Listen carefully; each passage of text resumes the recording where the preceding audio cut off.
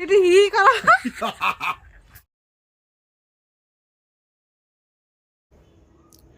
Hello everyone, good morning. আজকের দিনটা হলো 15ই মার্চ, শনিবার। আজ হলো হোলি। তাই আমার পক্ষ থেকে আমার সকল বন্ধুদের জানাই হ্যাপি হোলি। বড়দের জানাই প্রণাম, ছোটদের জানাই অনেক অনেক ভালোবাসা। সকালে ঘুম থেকে উঠে সকালে সমস্ত কাজকর্ম সেরে চলে এসেছে রান্নাঘরে। ভাত বসিয়ে দিয়েছে, করব শাক ভাজি আর সাজনার চচ্চড়ি করব, আর করব মাটন। স্পেশাল দিনগুলোতে একটু মাটন না হলে কিন্তু বাঙালিদের একেবারেই চলে না, মনটা যেন কেমন একটু আনচান আনচান করতে থাকে।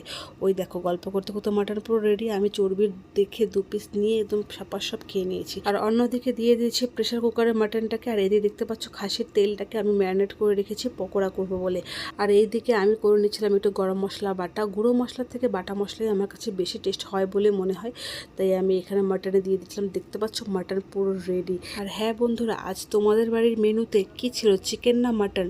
কমেন্ট করে জানাতে কিন্তু একদমই ভুলো না। আর এইদিকে দেখো লাড্ডুর বাবার অবস্থা, একটু বেরিয়েছিল বাইরে, আর ওর অবস্থা দেখো একদম রং মেখে ভূত বানিয়ে দিয়েছে। আমি তো ওকে বেশ মজা করেই বলছিলাম যে আজ তোমায় দেখতে মহিষাসুরের মতো লাগছে। দোলের দিন রাতে বসে বসে দুই বোন গল্প করছিলাম আর বলছিলাম এবছর আর হোলি খেলা হবে না। লাড্ডু সোনারও শরীরটা একদম ভালো নেই, ওরও জ্বর সর্দি কাশি, আর আমি তো এই কয়েকদিন হলো সর্দি কাশির থেকে উঠেছি। তাই রঙের থেকে এবছর দূরে থাকবোই ভেবেছি।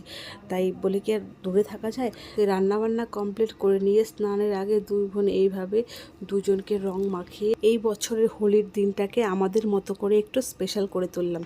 তবে বন্ধুরা, আজ তবে আসি। তোমরা সকলে সুস্থ থেকো, ভালো থেকো। আবার দেখা হবে সুন্দর আরও একটা মিনি ব্লগে। ততক্ষণের জন্য টাটা।